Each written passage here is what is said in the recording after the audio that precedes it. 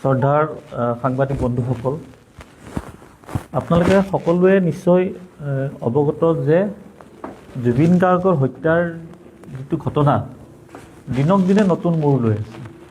আমি দেখিবলৈ পাইছিলোঁ যে হত্যাৰ দিনা, মই এতিয়া হত্যা বুলিয়ে ক'ব লাগিব, যিহেতু হত্যাত 5 গৰাকীৰ নাম ইতিমধ্যে SIT বা চৰকাৰৰ চাৰ্জশ্বিটত সাঙুৰ খাইছে। প্ৰথম কথা আহোঁ যে ঘটনাটো ইমান ৰহস্যৰ ফালে লৈ গৈ আছে। প্ৰথম 19 ছেপ্টেম্বৰৰ মৃত্যু হোৱাৰ দিনা, তাৰ পিছদিনা আমাৰ অসমৰ মুখ্যমন্ত্ৰীগৰাকীৰ সংবাদমেল চাইছিলোঁ। তাত তেখেতে কৈছিলে যে এইটো সাধাৰণ মৃত্যু জুবিন গাৰ্গৰ। ছিংগাপুৰ আৰক্ষীৰ পৰা পষ্টমৰ্টম ৰিপৰ্টত সাধাৰণ মৃত্যু বুলি ৰিপৰ্ট আহিছে। গতিকে এইটো মুখ্যমন্ত্ৰী এইটো সংবাদ মাধ্যমক জনাইছে যে জুবিন গাৰ্গৰ মৃত্যুত কোনো ৰহস্য নাই, এইটো সাধাৰণ মৃত্যু।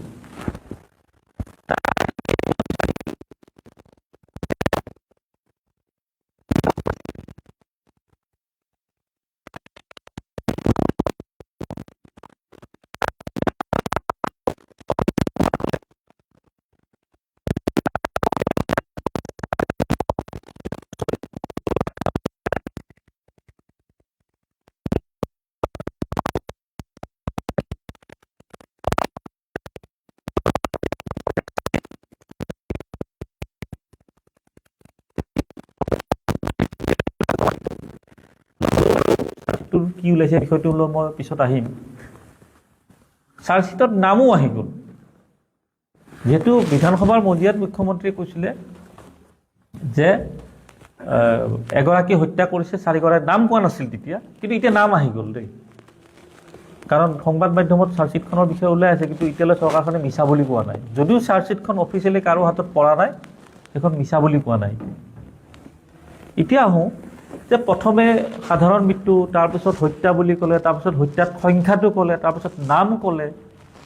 তে এনেকুৱা এটা পৰিস্থিতি কিয় নাহিল যে জাহাজখনত 16 গৰাকী আছিলে, 5 গৰাকী হৈ গ'ল অসমৰ আৰু 11 গৰাকী হৈ গ'ল ছিংগাপুৰত থকা। সেই 5 গৰাকীৰ 1 গৰাকী শ্যামকানু মহন্ত, তেওঁ কিন্তু জাহাজত নাছিল, মানে 15 গৰাকী জাহাজত আছিলে। 15 গৰাকী, 11 আৰু 4, 15 গৰাকী, শ্যামকানু মহন্তক লৈ 16 গৰাকী আছিলে। 11 গৰাকীক প্ৰথমৰ পৰাই চৰকাৰখনে বা মুখ্যমন্ত্ৰী বা CID ৰক্ষণাবেক্ষণ দি আছে। তাৰে মই প্ৰমাণটো দিম। ৰক্ষণাবেক্ষণ দিয়া কথাটো যোৱাকালি প্ৰমাণ হ'ল। যে যোৱাকালি কেনেকুৱা প্ৰমাণ হ'ল, যোৱাকালি ছিংগাপুৰ পুলিচৰ এটা ৰিপৰ্ট ওলাইছে, আপোনালোকে পাইছে নি নিশ্চয় কপিটো। তাত কি ক'লে, জুবিন গাৰ্গৰ মৃত্যু অস্বাভাৱিক নহয়, স্বাভাৱিক বুলি আকৌ কৈছে। যিটো 17 তাৰিখে এখন পত্ৰৰ যোগে কৈছিলে। মই 15 অক্টোবৰত গোচৰ দিছিলোঁ। 17 তাৰিখে ছিংগাপুৰ পুলিচে এখন ৰিপৰ্ট দিছিলে যে জুবিন গাৰ্গৰ মৃত্যু কোনো ৰহস্য নাই। তথাপিও যিহেতু বিতৰ্কটো বাঢ়িছে, আমি এটা 3 মাহৰ সময় লৈছোঁ, মানে জানুৱাৰীৰ 17 তাৰিখলৈ 3 মাহ সময় লৈছিলে। এতিয়া জানুৱাৰীটো পৰাই নাই। কালি হৈ একেটা কথা ক'লে যে জুবিন গাৰ্গৰ মৃত্যুত কোনো ৰহস্য নাই, স্বাভাৱিক মৃত্যু, অস্বাভাৱিক নহয় বুলি কৈছে। কিন্তু তদন্ত চলি আছে, এই পৰ্যন্ত চলি আছে বুলি কৈছেনে? তদন্ত চলি আছে আৰু অহা ফেব্ৰুৱাৰী মাহলৈ সময় লৈছে এইবাৰ। আগতে জানুৱাৰী আছিল, এইবাৰ ফেব্ৰুৱাৰীলৈ সময় লৈছে যে এই গোচৰৰ শুনানি কৰোনাৰ কোৰ্টত হ'ব। এইখিনিলৈ ঠিকে আছে। এতিয়া আহক, সেই ৰিপৰ্টত এটা আপোনালোকে গুৰুত্বপূৰ্ণ কথা মন কৰিছেনে নে নাজানো। আজিকালি বহুত কথা এনেকুৱা হৈছে, মন কৰিলেও কোনোবাই ক'ব সাহ নকৰে, ভয় কৰে। ছিংগাপুৰ আৰক্ষীয়ে এই 4 গৰাকীৰ নাম যে হত্যাৰ গোচৰত সাঙুৰ খাইছে, আজি কেইদিন হ'ল? 12 তাৰিখে চাৰ্জশ্বিট দিলে, বা এমাহ পূৰ্বে মুখ্যমন্ত্ৰীয়ে বিধানসভাত কৈছিলে। মই বিধানসভাটো ধৰাই নাই বাৰু, কিন্তু 12 তাৰিখে চাৰ্জশ্বিটটো অফিচিয়েল হ'লে নহ'ল। ঘটনাৰ স্থান ছিংগাপুৰ, জুবিন গাৰ্গৰ হত্যা হৈছিল ছিংগাপুৰত। অসম চৰকাৰে CID হওক বা মুখ্যমন্ত্ৰীক প্ৰতিটো কথা জনাই থাকিব লাগিছিলে ছিংগাপুৰ আৰক্ষীক, কাৰণ তদন্তটো তাতেও চলি আছে। ইয়াতে বাৰু তদন্ত প্ৰক্ৰিয়া সম্পূৰ্ণ হৈছে, কিন্তু তদন্ত ছিংগাপুৰত চলি আছে। মই দিয়া গোচৰৰো তদন্ত চলি আছে। যোৱা 15 তাৰিখে মই এই কথাখিনি আকৌ ক'লোঁ। যোৱা 15 অক্টোবৰত কপিটো আপোনালোকে পাইছে সম্ভৱ। তাত লিখা আছে, মই 15 তাৰিখে আকৌ কপিটো দিলোঁ যে যিহেতু হত্যা বুলি প্ৰমাণ হৈছে, 5 গৰাকীৰ নাম আহিছে, গতিকে ছিংগাপুৰৰ 11 গৰাকীৰ নামো আকৌ সাঙুৰ খোৱাত এটা ইনভেষ্টিগেশ্যন কৰি তেখেতসকলক জেৰা কৰিব লাগে। কিন্তু সেইবিলাকতো মই নিজৰখিনি কৰি আছোঁ, কিন্তু চৰকাৰৰ কৰণীয়খিনি কৰা নাই, কাৰণ সেই 11গৰাকীক সুৰক্ষা দিব লাগিছে। এইটোৱে প্ৰমাণ। ছিংগাপুৰৰ আৰক্ষী ৰিপৰ্টত এটা কথা স্পষ্টকৈ লিখা আছে, তেখেতসকলে গম পাইছে ভাৰতৰ সংবাদ মাধ্যমৰ জৰিয়তে। কোনো SIT CID বা অসম চৰকাৰে দিয়া নাই। আপোনালোকে পাইছে না সেই কপিটো? 7 দিন পিছত মানে 12 তাৰিখে চাৰ্জশ্বিট দাখিল হ'ল, ছিংগাপুৰ পুলিচে 18 তাৰিখে ৰিপৰ্ট দিছে যে এই হত্যাত 4জনৰ নাম আহিছে চাৰ্জশ্বিটত। এইটো মই নেশ্যনেল চেনেলৰ কথা কৈ আছোঁ, আৰু ছিংগাপুৰ আৰক্ষীৰ যিটো কথাখিনি নেশ্যনেল চেনেলত প্ৰকাশ পাইছে তাত স্পষ্টকৈ কৈছে যে ভাৰতৰ সাংবাদিকৰ মানে সংবাদ মাধ্যমৰ জৰিয়তে তেখেতসকলে চাৰ্জশ্বিটৰ কথা গম পাইছে। তাৰমানে অসম চৰকাৰ, অসম পুলিচ বা CID বা মুখ্যমন্ত্ৰী আজিলৈ এই যে চাৰ্জশ্বিট দাখিল কৰিলে তাৰ বিষয়ে জনোৱাই নাই। এইকাৰণে জনোৱা নাই যে সেই 11গৰাকীক সম্পূৰ্ণ সুৰক্ষা দিব বিচাৰিছে মুখ্যমন্ত্ৰী আৰু চৰকাৰখনে আৰু CID বিভাগ। CIDটো মই বাদে দিলোঁ বাৰু, কাৰণ CIDটো কোনে পৰিচালনা কৰি আছে, SIT কোনে গঠন কৰিছে, এইবিলাক আমি দেখি আহিছোঁ। এইটো এটা খুব গুৰুত্বপূৰ্ণ কথা যে 7 দিন হৈ গ'ল আজিলৈ অসম চৰকাৰে ছিংগাপুৰ আৰক্ষীক জনোৱা নাই যে আপোনালোকে যি 16গৰাকীক তদন্ত কৰি এৰি দিছিলে, মানে জুবিন গাৰ্গৰ যিদিনা মৃত্যু হৈছিলে সেইদিনাখন এই 16গৰাকীক ছিংগাপুৰ পুলিচে জেৰা কৰিছিলে। জেৰা কৰি প্ৰাথমিক তদন্তত যাবলৈ দিলে। যাবলৈ দিয়াৰ পিছত এতিয়া যেতিয়া তাৰে 5গৰাকী হত্যাকাৰী ওলাল, চৰকাৰখনৰ দায়িত্ব আছিল যে 5গৰাকী অসমত থকা ওলাইছে, 11গৰাকী এতিয়াও ছিংগাপুৰত আছে, যে আপোনালোকে এটা অফিচিয়েল নোটটো যাব লাগিছিলে বা মুখ্যমন্ত্ৰী এটা ষ্টেটমেণ্ট পাব লাগিছিলে, কাৰণ এইটো জুবিন গাৰ্গৰ হত্যাকাণ্ড, ইমান সহজ কথা নহয়, কিন্তু ৰাইজে ইমান সহজে মানি নল'ব। এইটোৱে গ'ল চৰকাৰৰ ব্যৰ্থতা, দুৰ্বলতা আৰু একাংশক সুৰক্ষা কৰি একাংশক শাস্তি দিয়া এইটো এটা প্ৰক্ৰিয়া। এতিয়া দ্বিতীয়তে আহোঁ ইয়থ পাৰ্টিৰ কথাটো। টিভিত যেতিয়া আমি সংবাদ মাধ্যমৰ বাতৰি চাওঁ, ইয়থ পাৰ্টি আছাম এছ'চিয়েশ্যনে কৰা বুলি কয়, হয়নে? বা নৰ্থ ইষ্ট ফেষ্টিভেলে আয়োজন কৰা বুলি কয়। আছাম এছ'চিয়েশ্যন মানে ছিংগাপুৰত থকা। এই ইয়থ পাৰ্টিটো না আছাম এছ'চিয়েশ্যনৰ নেতৃত্বত হৈছিলে, না ছিংগাপুৰৰ অনুষ্ঠিত নৰ্থ ইষ্ট ফেষ্টিভেলৰ নেতৃত্বত, এই দুইটাৰ নেতৃত্বত হোৱা নাই। ইয়থ পাৰ্টিটো আছিল সম্পূৰ্ণ ছিংগাপুৰ এছ'চিয়েশ্যনৰ 11গৰাকী সদস্য। ছিংগাপুৰ আছাম এছ'চিয়েশ্যনত প্ৰায় 450ৰ ওপৰত সদস্য আছে। তাৰে ভিতৰত 11গৰাকীয়ে এই ইয়থ পাৰ্টিৰ আয়োজন কৰিছিলে। 11গৰাকীয়ে এতিয়া আয়োজন কৰাৰ পিছত জুবিন গাৰ্গৰ যিহেতু হত্যা হৈছে, হত্যাটো ক'ত হৈছে? জাহাজত, সাগৰত, ৰাস্তাততো হোৱা নাছিলে। তাত কোন জড়িত আছে কোন জড়িত নাই সেইটো প্ৰমাণ কৰিব আইন আদালতে, গোচৰটো চলিবহে এতিয়া। কিন্তু তদন্তৰ আওতাততো 16গৰাকী আহিব লাগিছিলে। যিখন চাৰ্জশ্বিটত প্ৰকাশ পাইছে, অখিল গগৈ ৰাজহুৱা কৰি সংবাদ মেল দিছিলে, মই তাৰে উদ্ধৃতি দি কৈ আছোঁ, যিকেইটা কাৰণত এই 5গৰাকীৰ বিৰুদ্ধে ধাৰা লাগিছে 106 আৰু 105 আৰু 103, এই 5গৰাকীৰ বিৰুদ্ধে লাগিছে নে নাই, সেই ধাৰাসমূহ কি কাৰণত লাগে, সেই কাৰণসমূহ চাৰ্জশ্বিটত উল্লেখ আছে। 1 নম্বৰ হৈ গ'ল, খুব গুৰুত্বপূৰ্ণ এইটো, ভুক্তভোগীক মানে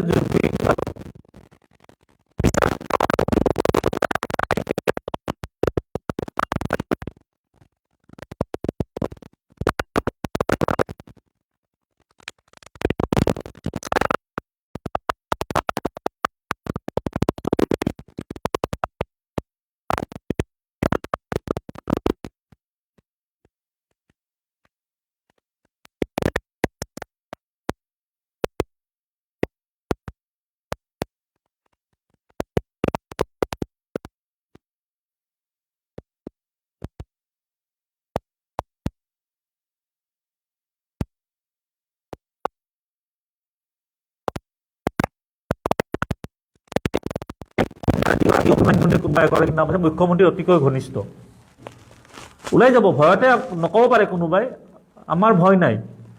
কথাটো যে জুবিন গাৰ্গৰ হত্যাৰ ন্যায় আমি যিকোনো পৰ্যায়লৈ যাম। মই গৈছোঁ, দেখি আছে, মই 3বাৰকৈ ছিংগাপুৰ গ'লোঁ এতিয়ালৈ। জুবিন গাৰ্গৰ মৃগৰোগ আৰু বমিৰ লক্ষণক অৱহেলা কৰি পানীত সাঁতুৰিবলৈ উচতনি দিছে। প্ৰথমবাৰ তেওঁ সাঁতুৰিব যায় কিবাকৈ বাচি আহিল, আকৌ দ্বিতীয়বাৰ তেওঁক বাধ্য কৰাইছে। লাইফ জেকেট নিপিন্ধি বুলি কোৱাৰ পাছতো বাধা প্ৰদান কৰা নাই। এইটো আয়োজকসকলৰ দায়িত্ব আছিলে। বিপদৰ সময়ত উদ্ধাৰ কৰাৰ পৰিৱৰ্তে ভিডিঅ' ৰেকৰ্ডিং কৰি আছে। মানুহ এটা মৰি আছে ৭৫ মিনিট পৰি আছে বুলি আমি পিছত গম পাইছোঁ ৭৫ মিনিট ছিংগাপুৰৰ ৰাস্তাত পৰি থকা নাই এই জাহাজখনত বা পানীত ডুবি আছিলে আজিলৈ আমি ভিডিঅ' নাপালোঁ তে এই ৭৫ মিনিটত তোমালোকে তেখেতক সুৰক্ষা দিবলৈ তোমালোকে ভিডিঅ' ৰেকৰ্ডিং কৰি আছা অৱহেলা কৰিছা ফেৰী টাৰ্মিনেলৰ কথাটো কওঁ এম্বুলেন্সখন আপোনালোকে কৈছে ন ৭৫ মিনিট দেৰিকৈ আহিছে কিবা আহিছে আমাৰ ঘৰত যদি বা আপোনালোকৰ ঘৰত কাৰোবাৰ যদি দুৰ্ঘটনা হয় কিবা এটা এক্সিডেণ্ট হ'ল আপুনি এম্বুলেন্সখন লৈ ৰখিবনে নিজৰ বাহনখনত লৈ যাব মেডিকেললৈ নিজৰ বাহনত লৈ যাব এই ইয়ট পাৰ্টি যি 11গৰাকীয়ে সাগৰত গৈছিলে এটাতো পাৰৰ পৰাই গৈছিলে কোনোবা এটা পাৰত গাড়ীবিলাক তেখেতসকলৰ মই 11গৰাকীৰে নকওঁ তাৰে ৪-৫ গৰাকী কেতিয়াবা মই প্ৰমাণো দি দিম ক'ত গাড়ী পাৰ্কিং কৰিছিল কি কৰিছিল চব এইবিলাক ভিডিঅ' কেমেৰাত ৰেকৰ্ডিং হৈ থাকে তেখেতসকলে নিজা বাহনেৰে প্ৰথম সাগৰৰ পাৰলৈ গৈছে বাহনবোৰ পাৰ্কিং কৰিছে পাৰ্কিং কৰি জাহাজত উঠিছে জাহাজত উঠি ১ ঘণ্টাত তেখেতসকলে চেণ্ট জন আইলেণ্ড পাইছে আৰু তাত ঘটনাটো হৈছে তাত ঘটনাটো হোৱাৰ পিছত তেখেতসকলৰ দায়িত্ব আছিল এম্বুলেন্সলৈ ৰখিবই নালাগে ইমিডিয়েট তাৰ পৰা লৈ আনি নিজৰ বাহনেৰে প্ৰথম লৈ যাব লাগিছিল মেডিকেললৈ কিন্তু সেইটো নকৰিলে সেইটো নকৰি কি কৰিলে তেখেতসকল নিশ্চিত হৈছে যে জুবিন গাৰ্গৰ মৃত্যু হৈছে আমি আৰু চেষ্টা কৰি লাভ নাই যাৰ বাবে এম্বুলেন্সৰ কাৰণে ৭০ৰ পৰা ৯০ মিনিট তেখেতসকলে ৰখি থাকিল হয়নে কথাটো যদি ৰাজপথত ৭০ৰ পৰা ৯০ মিনিট ৰখি থাকিলে হয় ছিংগাপুৰৰ নিচিনা দেশ এখনত পুলিচ প্ৰশাসন এনি টাইম সষ্টম হৈ থাকে তেখেতসকল কোন দোষী কোন নিৰ্দোষী কি হত্যা সেইটো পিছত চাব প্ৰথম তেখেতক ট্ৰিটমেণ্ট দিলে হয় ট্ৰিটমেণ্টৰ পৰা এইকাৰণে বঞ্চিত হ'ল যে এখেতসকলৰ অৱহেলা এতিয়া কথাটো হৈ গ'ল এই যিকেইটা কাৰণ মই আপোনালোকক ক'লোঁ এই কাৰণকেইটাৰ ভিত্তিত তেখেতসকলৰ এই ৫জনৰ ওপৰত 103 আৰু 105ৰ গোচৰ ৰুজু কৰিছে তে এইকেইটা কাৰণ সেই 11গৰাকীৰ ক্ষেত্ৰত প্ৰযোজ্য হ'ব লাগে নে নালাগে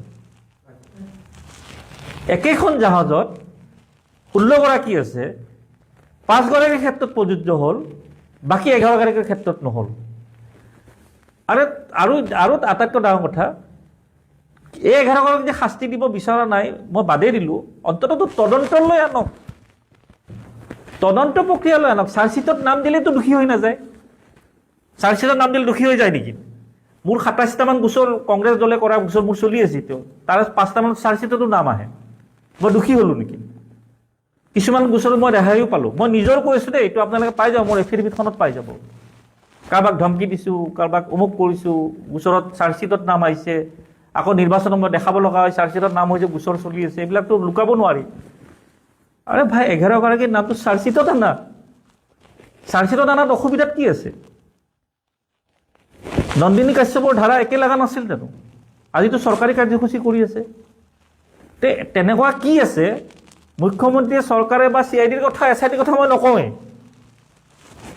এই 11গৰাকীৰ কথা শুনিবই নোখোজে আৰু এইটো প্ৰমাণ হ'ল যোৱাকালি ছিংগাপুৰ পুলিচে যিটো কালি বিবৃতি দিলে এইটো অসমৰ কাৰণে খুব লাজৰ কথা সংবাদ মাধ্যমৰ জৰিয়তে জুবিন গাৰ্গৰ হত্যাত 4গৰাকী জড়িত আছে বুলি ছিংগাপুৰ পুলিচে কৈছে য'ত ঘটনা হৈছে মই মোৰখিনি কৈ লওঁ কুৱেশ্যনটো দি আছোঁ আৰু এটা সময় এনেকুৱা আহিব আদালতত যেতিয়া ট্ৰায়েল চলিব এই গোচৰটোৰ তেতিয়া যদি ছিংগাপুৰ পুলিচে কৈ দিয়ে মইতো লক্ষণটো সেনেকুৱা দেখি আছোঁ কাৰণ এবাৰ তেখেতসকলে নো পাউল প্লে কৰি দিলে কালি দ্বিতীয়বাৰৰ কাৰণে ক'লে যদি ফাইনেলি ৰিপৰ্টত যদি তাৰে কৌতেও কৈ দিয়ে যে ইয়াত জড়িত নাই কোনো হত্যাত তেতিয়া অসমৰ আদালতে য'ত জুবিন গাৰ্গৰ হত্যা হোৱা নাই তাৰে পুলিচৰ কথা মানিব নে য'ত জুবিন গাৰ্গৰ হত্যা হৈছে ছিংগাপুৰত তাৰে পুলিচৰ কথা মানিব এইটো এটা ডাঙৰ প্ৰশ্ন নহয় জানো গতিকে এই ধৰণৰ বিভিন্ন ধৰণৰ ব্যক্তিগত স্বাৰ্থত সেই 11গৰাকীক সুৰক্ষা দিব বিচাৰি আছে আৰু যোৱাকালি দেখিবলৈ পালোঁ অখিল গগৈৰ ওপৰত গোচৰ দিছে চাৰ্জশ্বিটখন বিকৃতি কৰা বুলি কিবা ক'লে এতিয়া বিকৃতই কৰিছে নে বিক্ৰীয়ে কৰিছে নে কিনিছে কি কৰিছে এইবিলাক বিষয়ত মই নাই মই এটাই কথা ক'ব বিচাৰিছোঁ যদি এই চাৰ্জশ্বিটখন অখিল গগৈ প্ৰকাশ কৰাৰ নিচিনা এখন সঁচা তেনেহ'লে চাৰ্জশ্বিটখন ৰাজহুৱা কোৰ্টে চাৰ্টিফাইড নোকোৱাকৈ কি ধৰণে ৰাজহুৱা কৰিছে সেইটোৰ ওপৰত গোচৰৰ যি ব্যৱস্থা কৰে কৰক যে এখন ৰাজহুৱা নোহোৱা কপি এটা অখিল গগৈ ৰাজহুৱা কৰিছে গোচৰ ইতিমধ্যে দিলেই আৰু যদি এখন সঁচা আমি যদি কোৰ্টত সেই অখিল গগৈ ডাঙৰীয়া দিয়াখনেই দেখা পাওঁ, তেতিয়াহ'লে মুখ্যমন্ত্ৰীৰ প্ৰথম দায়িত্ব হ'ব গৃহ বিভাগৰ দায়িত্বত তেওঁ আছে। প্ৰথম CIDৰ কোন মানুহে কোন বিষয়াই এই কপিটো অখিল গগৈলৈ পঠিয়াইছে, কাৰোবাৰ জৰিয়তে পঠাইছে। অখিল গগৈ ঘৰত টাইপ কৰি বনাইছে নেকি এইখন? এইখনটো টাইপ কৰি নিশ্চয় বনোৱা নাই। অখিল গগৈ এইখন কোনোবা চৰকাৰী বিষয়ৰ পৰাই পাইছে বা কাৰোবাৰ জৰিয়তে পাইছে। যি ধৰণে অখিল গগৈৰ ওপৰত গোচৰ হৈছে, সেই ধৰণে CID আৰু SITৰ প্ৰত্যেকগৰাকী বিষয়ৰ ওপৰত মুখ্যমন্ত্ৰী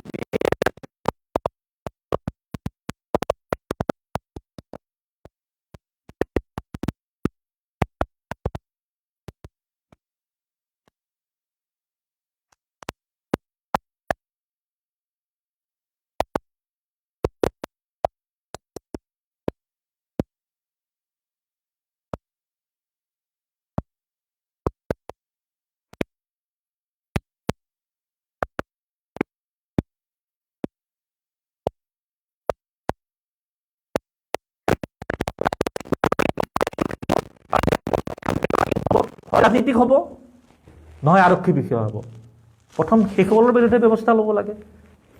এই ধৰণৰ বিভিন্ন খেলি মেলি মই আকৌ কৈছোঁ, যিকেইটা কাৰণত 5গৰাকীৰ ওপৰত 105, 103 ধাৰা সংযোগ কৰিছে, সেই একেইকেইটা কাৰণত জাহাজত থকা, পাৰ্টি খোৱা, পুৰা যোগান ধৰা, অৱহেলাৰ গোচৰ, ৭৫ মিনিট পৰি থকা, এই 16টাই জড়িত নহয় জানো? এখেতসকলৰ ক্ষেত্ৰতো আহিব লাগিছিলে। আমি ধৰিব পৰা নাই মুখ্যমন্ত্ৰীয়ে কি কাৰণত সুৰক্ষা দিব বিচাৰি আছে। এইটো ৰাইজৰ প্ৰশ্ন, আমি আগুৱাই দিছোঁ আপোনালোকলৈ। গতিকে এই ধৰণৰ বহুত ধৰণৰ খেলি মেলি আছে। এই গোচৰৰ ভৱিষ্যত কি হ'ব কোনো নাজানে, কাৰণ দেশৰ মাজত হৈছে। আৰু এই মুহূৰ্তলৈ দুইখন দেশৰ মতটো বেলেগ বেলেগ, দুইখন দেশৰ মত বেলেগ বেলেগ। মই যোৱা 15 তাৰিখে নিজে যাই কৈ আহিছোঁ তাত, আপোনালোক কপিটো পাব, যে তাত ইমান দিনে আমি এইটো তদন্ত কৰিব দিছিলোঁ, এতিয়া হত্যা বুলি নাম আহিছে, সংখ্যা আহিছে, গতিকে আপোনালোকে সেই 11গৰাকীৰ বিৰুদ্ধে ব্যৱস্থা ল'ব। মই নিজে FIR দিছোঁ, আকৌ দ্বিতীয় FIR, মানে মোৰ FIRখনৰ লগতে এটা নতুনকৈ ৰিপৰ্ট এটা দি আহিলোঁ। গতিকে এইটো এই পৰ্যায়ত গৈছে। সেই গতিকে আমি আৰু এটা সিদ্ধান্ত লৈছোঁ আজি, যে মোৰ তাত বিভিন্ন ধৰণৰ ফোন আহিছে যে এই ন্যায় যুদ্ধত আমি অংশীদাৰ হ'ব বিচাৰোঁ। বহুত ফোন আহিছে। মই অসমৰ ৰাইজৰ এটা আৱেগ, জুবিন গাৰ্গ বুলি ক'লে এটা আৱেগ জড়িত হৈ আছে। সেই সকলোৰে প্ৰতি সন্মান জনাই আমি এতিয়া অকল জাষ্টিছ ফৰ জুবিন গাৰ্গ 70 লাখ হ'ল সম্ভৱ এতিয়ালৈ, 7 মিলিয়ন মানে 70 লাখ হৈছে। সেইটো এটা ডিজিটেল আন্দোলন চলি আছে। ফলাফল কিন্তু আমি একো দেখা নাই। চৰকাৰে নিজৰ মনোবলী কাম কৰিয়ে আছে। আমি এতিয়া প্ৰত্যেক জিলাই আমাৰ যিবোৰ সমৰ্থক আছে বা আমাৰ যিবোৰ দলৰ কৰ্মী আছে বা আমাৰ যিবোৰ শুভাকাংক্ষী আছে, সকলোকে আমি খবৰ দিছোঁ ইতিমধ্যে যে আজি আমি এখন সাধাৰণ ফৰ্ম এখন আমি মোৰ পেজতে মই দি দিম। আৰু সেই ফৰ্মখন ডাউনলোড কৰি যিসকলে এই ন্যায় যাত্ৰাত অংশ ল'ব বিচাৰে, সেইসকলৰ স্বাক্ষৰসহ আমি ছিংগাপুৰ আৰক্ষীলৈ এই মাহৰ ভিতৰতে এখন আবেদন প্ৰেৰণ কৰিম যে আপোনালোকে, আবেদনটো স্পষ্টকৈ লিখা থাকিব, সেইখনো ৰাজহুৱা কৰি দিম, যে আপোনালোকে প্ৰাথমিক তদন্তত যি 16গৰাকীক যাবলৈ দিলে, তাৰে 5গৰাকী হত্যাকাৰী ওলাল আৰু 11গৰাকী ছিংগাপুৰত আছে, তেখেতসকলৰ বিষয়ে অসম আৰক্ষীয়ে একো কৰা নাই। আপোনালোকে জুবিন গাৰ্গক চেলিব্ৰিটি হিচাপে নহয়, এগৰাকীক পৰ্যটকৰ ন্যায় হিচাপে, পৰ্যটক এগৰাকী এখন দেশত গৈ মৃত্যু হ'লে পুলিচৰ যিটো দায়িত্ব, সেই দায়িত্ব পালন কৰক। অসমৰ ৰাইজে বিচাৰিছে, আমি এইটো কোনো গোচৰ হিচাপে নহয়, আবেদন হিচাপে আপোনালোক জনালোঁ যে যিহেতু হত্যাত নাম সাঙুৰ খাইছে 5জনৰ, আৰু সেই 5জনক আপোনালোকে তদন্ত কৰি এৰি দিছে। ছিংগাপুৰে প্ৰাথমিক পৰ্যায়ৰ তদন্তত এৰি দিছিলে। গতিকে এই তদন্ত প্ৰক্ৰিয়াটো আপোনালোকে আকৌ নতুনকৈ কৰি সেই 11গৰাকীৰ বিৰুদ্ধে শাস্তি দিয়াৰ ব্যৱস্থা কৰক বুলি এই মাহৰ ভিতৰত পঠাম। আৰু অসমৰ কিমান জনসাধাৰণে ইয়াত সহযোগ কৰিব আপোনালোকক পঠোৱাৰ আগমুহূৰ্তত মই জনাই দিম। আৰু এই কাৰ্যসূচীৰ বাবে অসমৰ জুবিন ফেন ক্লাব বা জুবিন অনুৰাগী বা অসমৰ ৰাইজ বা সকলোকে মই কোৱা নাই যে নিজে কিবা কৰিব লাগে, আমি যিখিনি কৰি আছোঁ সহযোগ কৰক, আগুৱাই আহক। ইতিহাসত কথা এটা থাকি যাব, ন্যায় ব্যৱস্থা কি হয় কি নহয় পিছৰ কথা, যে অসমৰ ৰাইজে জুবিন গাৰ্গৰ হত্যাৰ গোচৰত ছিংগাপুৰতো এখন আবেদন দিছিলে। আৰু সেই আবেদনখনত এনেই আমি 70 লাখ কৈ আমি জাষ্টিছ বিচাৰি থাকিলে নহ'ব। সেই আবেদনসমূহতো এটা ভাল সংখ্যক স্বাক্ষৰ থাকিলে ধৰি লওক আমি ক'ব পাৰিম যে হয় অসমৰ ৰাইজে মনেৰে ন্যায়টো বিচাৰিছে। গতিকে আজিৰ সংবাদ মেলৰ মুখ্য উদ্দেশ্য